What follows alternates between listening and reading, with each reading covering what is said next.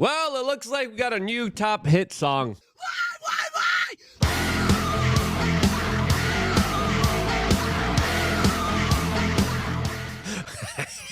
Talk about some dark MAGA metal there, as of course, that's going to be my new ringtone. As Donald J. Trump is set to become the next president of the United States, as already before he is in the Oval Office, there has been a lot of tremendous change in the larger political and cultural circles, as there are some larger concerted efforts in order to, of course, derail his Make America Great agenda, his America First agenda. But especially with the preemptive firings that he just did, it looks like he's actually on a good course, as a lot of people are speculating what's going to be happening now. Is he going to keep his promises? So far, I am absolutely impressed by Donald J. Trump and the people that he has around him that clearly are listening to the people online and implementing policy changes even before he takes the Oval Office. As a lot of the leftoids, a lot of the woke crowd, a lot of the establishment still look too stunned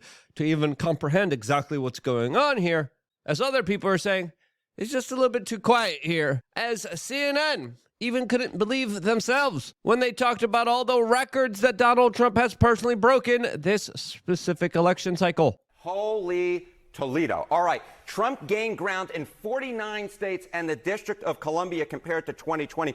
I went back through the record books. When was the last time a party gained in so many different places? You have to go all the way back to 1992 when Bill Clinton improved upon Michael Dukakis's performance in 49 states, plus the District of Columbia. The bottom line is, no matter where you looked on the map, Kate Baldwin, no matter where you looked, Donald Trump was improving on where he did 4 years ago, except for Washington State. It is no wonder that at this particular point, he looks like he's going to be the first Republican to win the popular vote since George W. Bush back in 2004. And to pull that off, he gained ground with groups that Republicans do not generally count as part of their winning coalition, or really at all. As very flippantly, a lot of the other networks like MSNBC are literally looking at all these people who voted for Donald Trump and calling them racist and bigots, especially the Latino men that they're really angry with now. As it looks like a lot of their kind of larger propaganda strategies have absolutely failed, and they didn't work. As of course, the media strategy between Donald Trump and Kamala Harris was almost completely polar opposite of itself, as Kamala Harris's campaign has gotten way more money, spent a lot more of it, and still somehow ended up in $20 million in debt, as we're also finding out that she spent six figures for her interview with Call Her Daddy that didn't even get 1 million views. While, of course, refusing to sit down with Joe Rogan, who now we're also finding out was asked to give up editorial control over his own podcast, as the Kamala Harris campaign would demand edits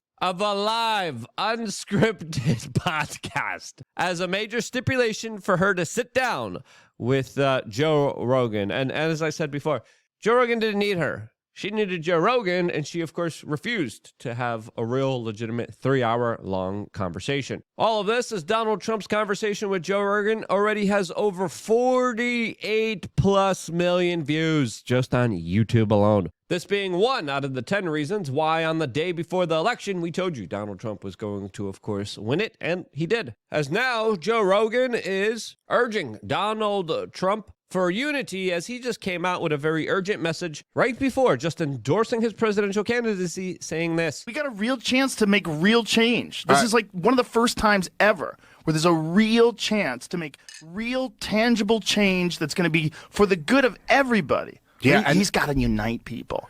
He's got to not attack the left and not attack everybody. Let them all talk their shit, but unite. Now it's time to unite everybody. Well, 100%. And then there's even more guys. Vivek Ramaswamy. Yes, Vivek. David Sachs. I mean, he's got some really smart guys who are very successful, who are really Vivek's incredible, just excellent and totally brilliant, and so right about so many of the major issues. Yes. And look, I mean, Donald Trump now, he has a real mandate which is like, this is kind of what's crazy. This isn't 2016. And I would absolutely agree with him. Instead of just focusing on a lot of the people that react to him and, of course, try to distract him, focus on the goals, focus on the campaign promises, focus on the issues that actually matter to the American people that would, of course, allow your legacy to be set in stone as someone that, of course, didn't just react to people poking and prodding him,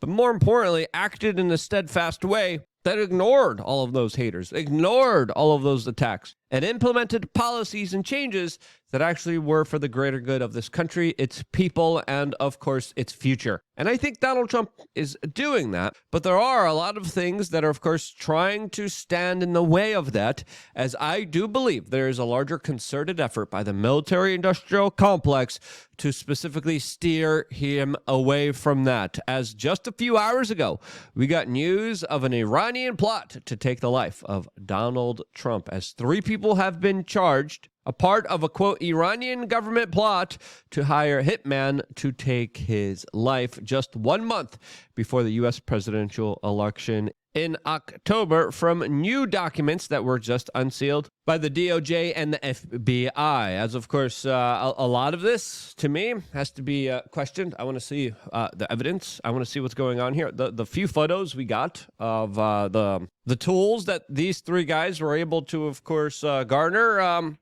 don't look that impressive. They don't look like SEAL Team 6, I'll just tell you that. As the equipment that they had was some of the cheapest, worst equipment you could have when it comes to, of course, carrying out a task for a, quote, assassination. As the men were reportedly offered $500,000 to take out businessmen living in the United States. They weren't successful in doing that, as allegedly these guys were also told to delay the plot because they thought Trump would lose the election. As, of course, the documents revealed that they were after 2 other businessmen, but also allegedly Donald Trump at the same time. Again, a lot of this gets kind of confusing here, as my initial reaction from all of this is to speculate is that these guys weren't even capable of making a ham sandwich. As it is important to note here, there definitely isn't any kind of love affair between the Iranians and Donald Trump, as of course there has been a lot of contention between these 2 particular major powerhouses that are very at odds with each other, especially internationally, especially geopolitically. As right after the first attempted taking of Donald Trump's life, we have to understand here, the corporate media all was trying to kind of nudge this larger idea, hey, you know, maybe it's not the people who, of course, were told to stand up. Maybe it's not the people who failed. Maybe it's this larger country that we've been waiting and foaming at the mouth to bomb for a very long time. Maybe it's going to work perfectly for the larger kind of thing that neoconservatives have been trying to achieve for over 20 plus years. Now, to be fair, there was even an Iranian MP that did put a bounty on Donald Trump's head. But were they the ones that specifically made the Secret Service stand down? No. So, again, I think both of these larger truths could be true here. But personally, I have been issuing my own kind of warnings and concerns about potential larger conflicts unfolding in the Middle East under Donald Trump's presidency that hopefully we could avoid. And I think unraveling the larger problem of what's happening right now in Ukraine would help isolate and clear out a lot of those larger issues and problems. As, of course, if we look at what's happening in Ukraine, the Iranians are involved in it, as their ties with Russia have, of course, been strengthened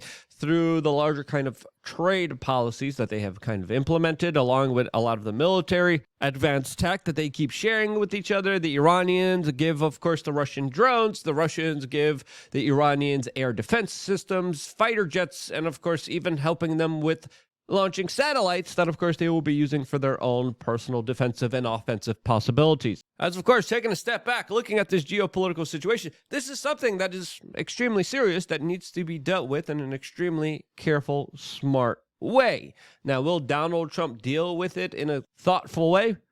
I actually think so. As, of course, there's a lot of people skeptical of this, but I think yesterday we specifically saw a major move that was absolutely incredible, absolutely critically important to happen, as Donald Trump announced that neoconservative Nikki Haley and Mike Pompeo will not be invited to join the White House and his future administration.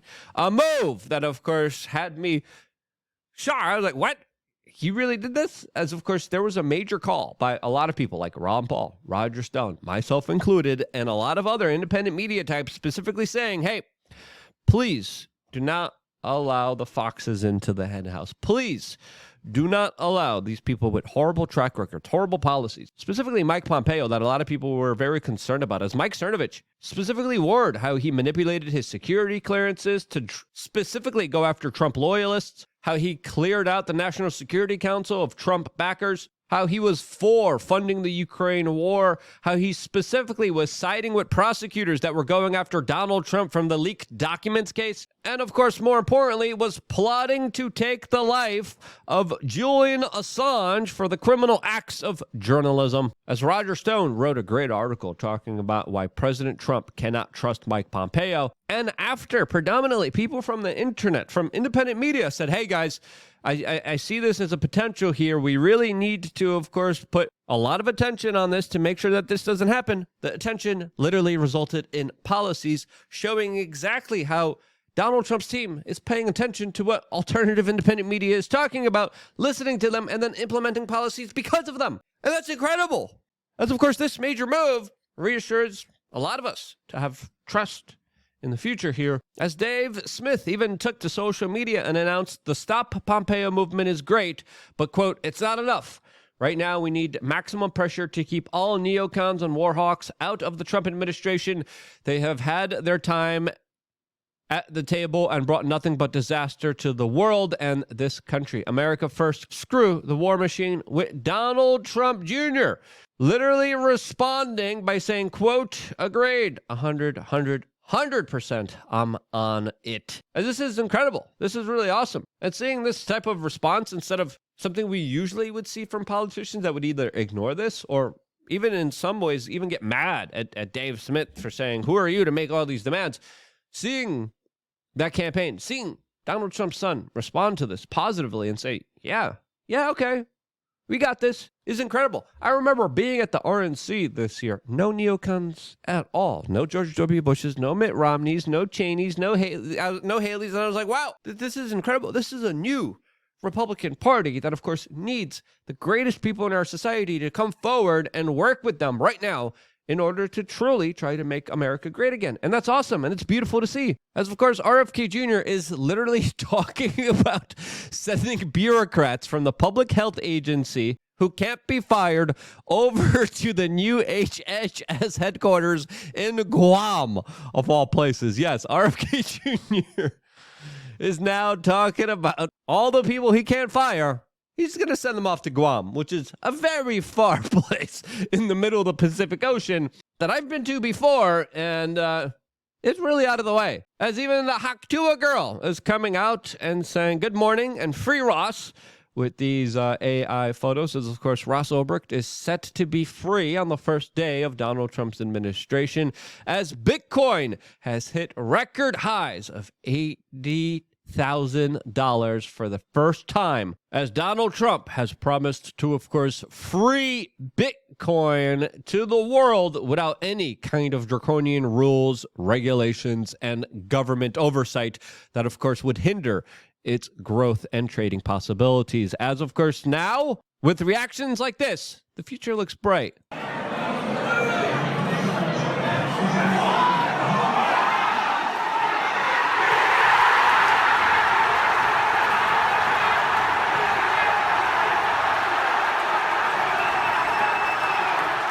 Now, to add the cherry on top, we have now rumblings of holding the U.S. quasi-private Federal Reserve banking system accountable for all the atrocious actions that they have committed. And with Bitcoin rising to the top, acting like as a potential hedge here, as a potential threat towards the Federal Reserve banking system, this right here sets up an amazing gambit, an amazing game that is fascinating to look at, as the Fed chairman just announced that Donald Trump cannot remove him and that he will not be leaving if, of course, Donald Trump asks him to leave, as Elon Musk officially has endorsed the plan to end the U.S. Federal Reserve banking system. As Elon Musk responded to the Fed chairman saying he wouldn't resign, by saying, hey, the U.S. government should just intervene with Federal Reserve policy. As Mike Lee specifically made the comment on Twitter describing how the U.S. Federal Reserve banking system is working in an unconstitutional way and how ending the Fed might be the right policy here, with Elon Musk responding 100%. As CNN Business is reporting that the Federal Reserve, as we know it, could be turned on its head, and it deserves to be. As, of course, that is the plaguing monopoly octopus larger organization that has been suckling away the life and prosperity away from the American public. As it's going to be interesting to see what's going to be happening with this economy, especially with energy reserves being released, drilling being made possible with exploration, as the market has responded very positively to Donald Trump's victory. Not just Bitcoin going up, stocks going up as well, as a lot of people are pissed off at this plan, as they're calling Donald Trump and his allies idiots for trying to, of course, mess with the Federal Reserve banking system, the same system that, of course, has been messing with us. Now, with a new SEC chairman, the war on crypto ending, this does highlight a perfect storm that could revision wealth, money, and the future of prosperity of the American public. And I'm all here for it. If, of course, Donald Trump becomes the next president of the United States, as, of course, he is still going to be sentenced November 26th, as there's some people speculating that he could serve his prison sentence for the entire 4 years of his presidency. Now, I don't personally see that as a likely kind of scenario here, but what will happen during his sentencing will be very important to see, as, of course, we will get a glimpse of how the very biased New York, quote, justice system will be reacting towards the next president of the United States. And as someone who's in major financial problems because of a surprise IRS letter that I got saying that I owed them $180,000 out of the blue, I look forward to this personally myself. And it's one reason why we created SaveLukeNow.com. It's an actual website. I hate asking for help, so we decided to sell stuff, limited edition items. I decided to get only 100 of these hats made that I will be personally signing, sending off to you to help me get a lawyer. We're selling them at a premium, but they're, again, limited edition items. They're signed. And we do need the help to get a lawyer. So they help us do that. They're $50. We also have our signs that we're going to make limited edition. We're also going to sign. We're not going to sell them anywhere else. They're only here on SaveLukeNow.com, where, of course, you guys signing up to the memberships, you guys being a part of this independent media organization really does mean a lot to us. And we can't thank you guys enough for all of your support, all of your contributions. And truly, I am extremely lucky to have you guys as an audience. I've been here for 20 plus years, and my life is dedicated towards helping you get an understanding of this crazy, insane, complex world. And if I have ever done that, consider checking out SaveLukeNow.com, as, of course, you have 3 ways. The best way is to become a supporter of LukeUnfiltered.com. Another way, get these limited edition items. Then, of course, you could also donate directly, which we greatly appreciate from the bottom of our heart. We got a long, big battle ahead of us, and it's not going to be easy. It's not going to be fun. But now, with the future Donald Trump presidency, with now things looking the way that they are, future looks freaking amazing. And even though I'm in deep crap with this financial situation, I'm still white-pilled. Are you? Let me know down in the comment section below. I love you guys. We return tomorrow, 6 p.m. Eastern. We got like double the guests for next week's podcast episodes, Monday, Tuesday, Wednesday, 6 p.m. Eastern, all here on youtube.com/wearechange. Because you subscribe, because you're still here with me. That is why I love you guys. Stay tuned for more.